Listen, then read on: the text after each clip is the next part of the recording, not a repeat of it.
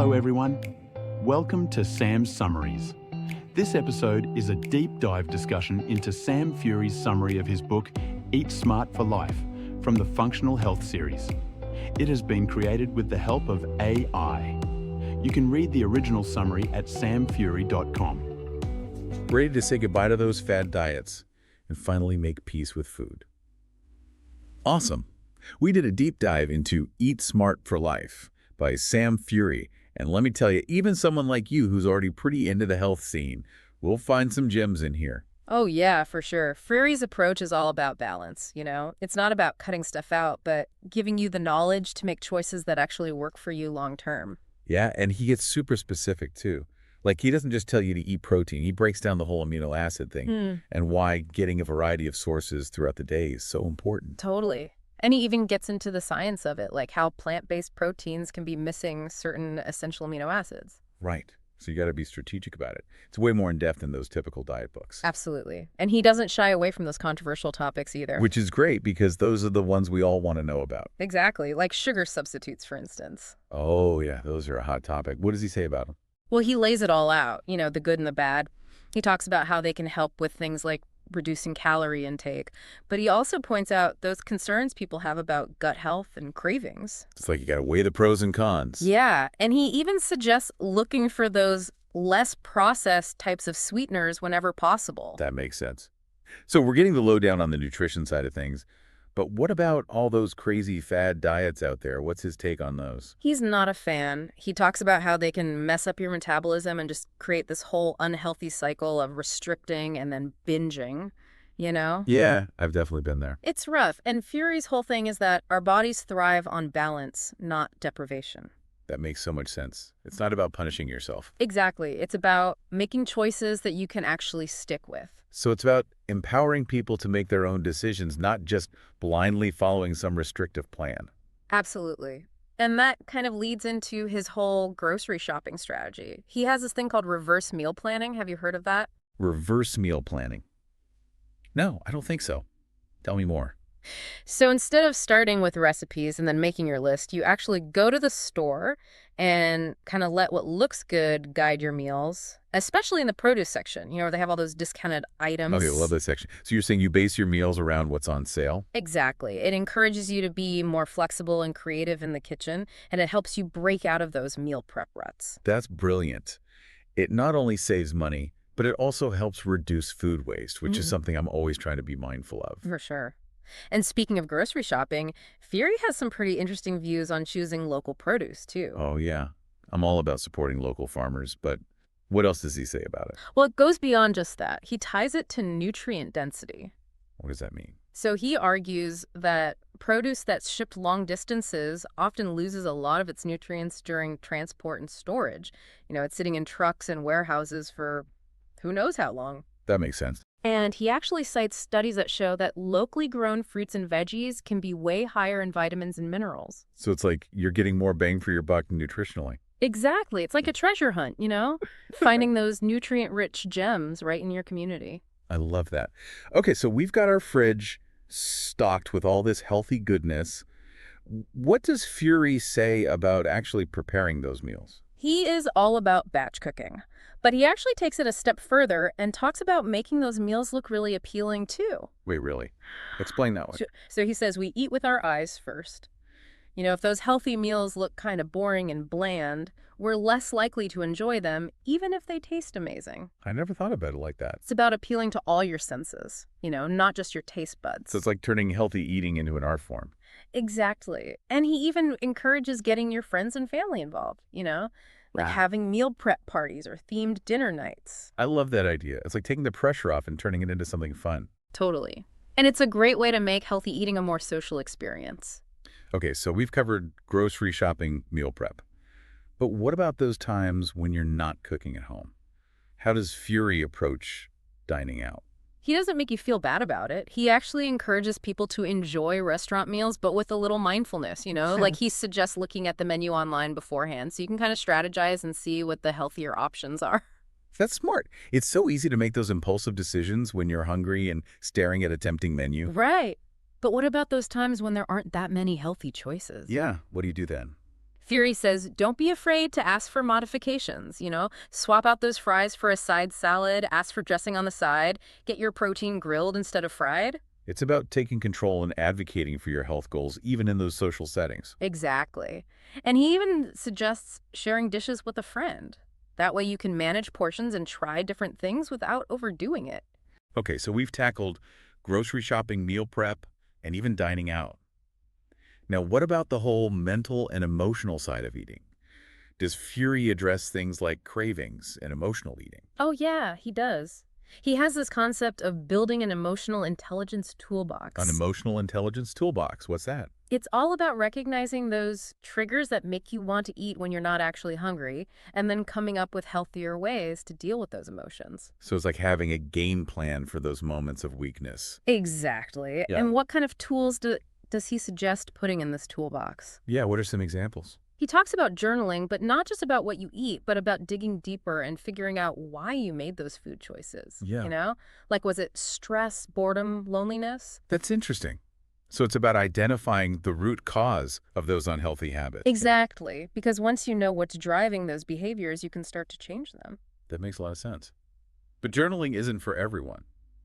What are some other strategies he suggests? He talks about those mindfulness techniques, Yeah. like deep breathing or meditation to kind of calm those cravings down. So it's like hitting the pause button before you dive into that bag of chips. Exactly. And he also talks about building a support system, Yeah. whether it's friends, family, a therapist, whoever you can turn to when things get tough. Because let's face it, we all need a little help sometimes. For sure. And he doesn't just focus on emotional eating. He gets into those pesky food cravings that we all experience. Oh, those are the worst. Yeah, what does he say about those?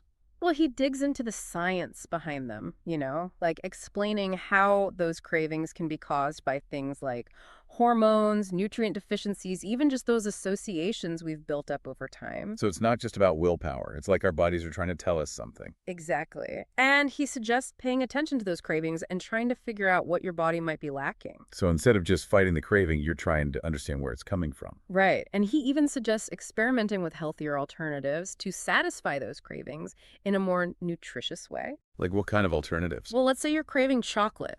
He might suggest reaching for some berries instead. They're packed with antioxidants. Or a piece of dark chocolate with a higher cacao content. Exactly. It's about finding those swaps that satisfy you without derailing your progress. That makes sense. Now, I know Fury also talks about something called intuitive eating. What's that all about? Yeah, he's a big proponent of that. It's all about learning to tune into your body's natural hunger and fullness cues. Ditching those external rules and restrictions and just eating based on what your body truly needs. It's like getting back to basics. Exactly. It's rediscovering that innate ability to self-regulate. That sounds amazing. Yeah. But how do you actually put that into practice? It seems kind of abstract. He suggests starting with those mindful eating exercises, paying attention to the taste, the texture, the aroma of your food, really savoring each bite. So it's about slowing down and being present during mealtimes. Exactly. And he also encourages you to check in with your hunger levels throughout the day.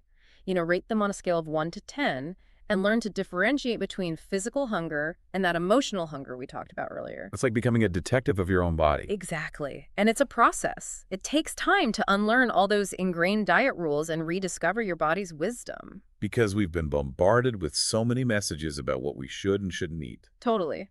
And Fury emphasizes that there will be setbacks along the way. You're not going to be perfect all the time. That's reassuring to hear. It's about progress, not perfection.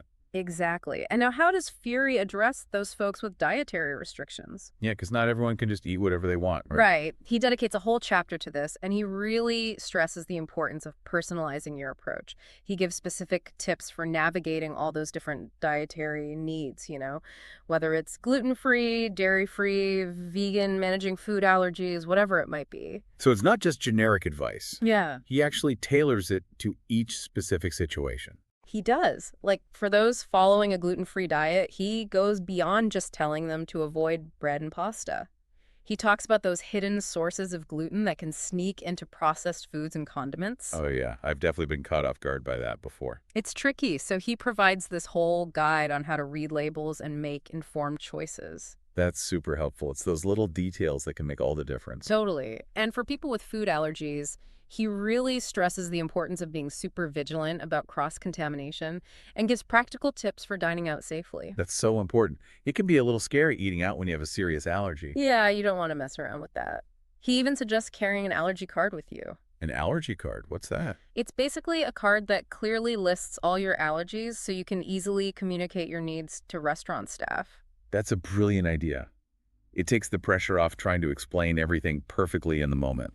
For sure. Now, while Fury focuses on all the positive aspects of healthy eating, he does address the potential downsides of a poor diet as well. Because, let's be real, it does have consequences. It does. He talks about how not getting those essential nutrients can contribute to a whole range of health problems. Like what kind of problems? Well, it can start with things like low energy and a weakened immune system.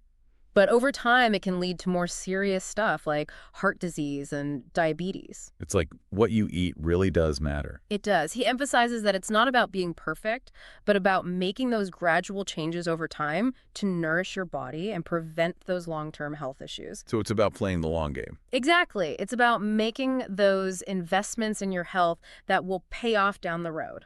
I like that analogy. Now, I know Fury is a big believer in building those healthy habits slowly and steadily.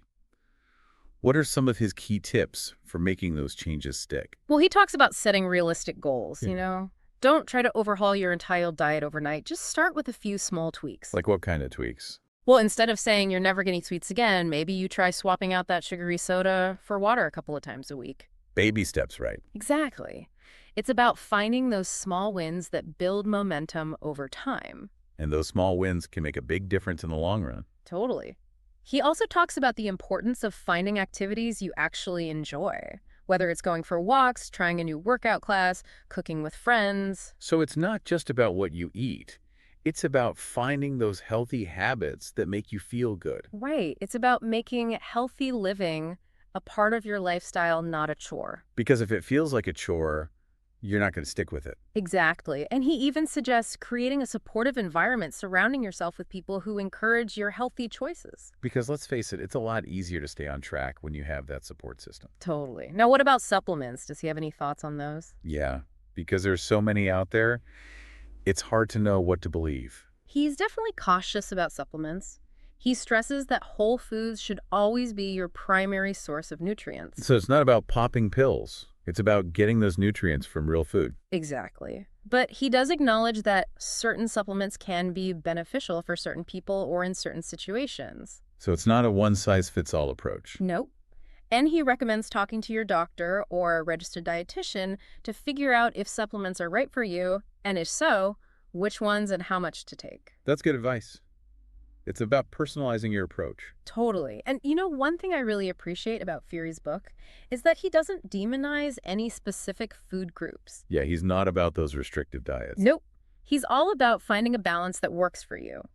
He emphasizes that all foods can fit into a healthy diet in moderation. So it's not about cutting things out completely. It's about making those informed choices. Exactly. And he encourages you to be flexible. You know, life happens and there will be times when you deviate from your plan. And that's okay. It is. It's about getting back on track without beating yourself up. Because guilt and shame are not helpful. Not at all. And finally, he really encourages readers to be their own health advocates, you know, to stay curious and keep learning about nutrition throughout their lives. Because knowledge is power, right? Exactly. It's about empowering yourself to make those informed choices that support your health journey. I love that. Now, I know we've covered a lot of ground here, but what would you say are some of the most impactful takeaways from Eat Smart for Life? Well, I think his emphasis on personalized nutrition is huge. It's not about following some rigid set of rules, but about understanding your own unique needs and preferences. It's about creating a plan that works for you and your lifestyle. Exactly.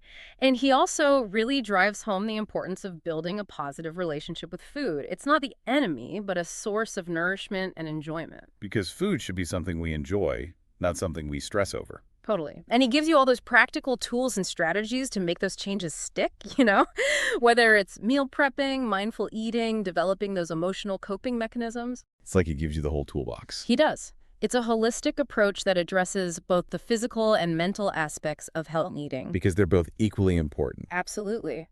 And ultimately, he leaves you feeling empowered and motivated to take charge of your health journey. That's what it's all about. I know, right? Yeah. It really does feel like a breath of fresh air in the whole diet book world. You know what really stood out to me? His whole thing about bio-individuality. Oh, yeah, that's huge. It's so easy to fall into that trap of thinking there's one right way to eat for everyone. Right. But we're all so different. We are. And Fury really drives that point home. It's like he's giving you permission to create a plan that truly works for your body and your lifestyle. Exactly. No more comparing yourself to others. Nope. And another thing I loved was his advice for dealing with those moments of weakness. You know, like when you totally cave and eat a whole pint of ice cream. Oh, I've been there. We all have. But he talks about having this rescue plan in place. It's like a set of strategies to help you get back on track without spiraling into a shame spiral. I love that. So it's not about beating yourself up. It's about having a plan to deal with those slip-ups. Exactly. It's about being kind to yourself, you know, because we're all human. We're going to mess up sometimes. And that's okay, as long as we learn from it. Right. And you know, one of Fury's most powerful messages is that healthy living isn't about achieving some arbitrary number on the scale. It's not about fitting into a certain size. It's not. It's about feeling good in your own skin. It's about having energy and vitality and just feeling confident and radiant from the inside out. That's a great way to put it. It's about so much more than just the physical. It is. It's about finding that balance, you know? Nourishing your body with delicious food, moving your body in ways that you enjoy, cultivating a positive mindset. It's about creating a lifestyle that you can truly love and sustain for the long haul. That sounds pretty amazing. So basically it's about progress, not perfection. Exactly. Embrace those small victories. Celebrate your unique strengths. And never stop learning and growing. You got this. Thanks for tuning in to Sam's Summaries. If you found this episode useful, let us know with a like, follow, and share. Also, if you haven't already, be sure to visit samfury.com to get free access to all of Sam's original summaries, which you can download as PDFs, as well as other exclusive content. It's all completely free at samfury.com.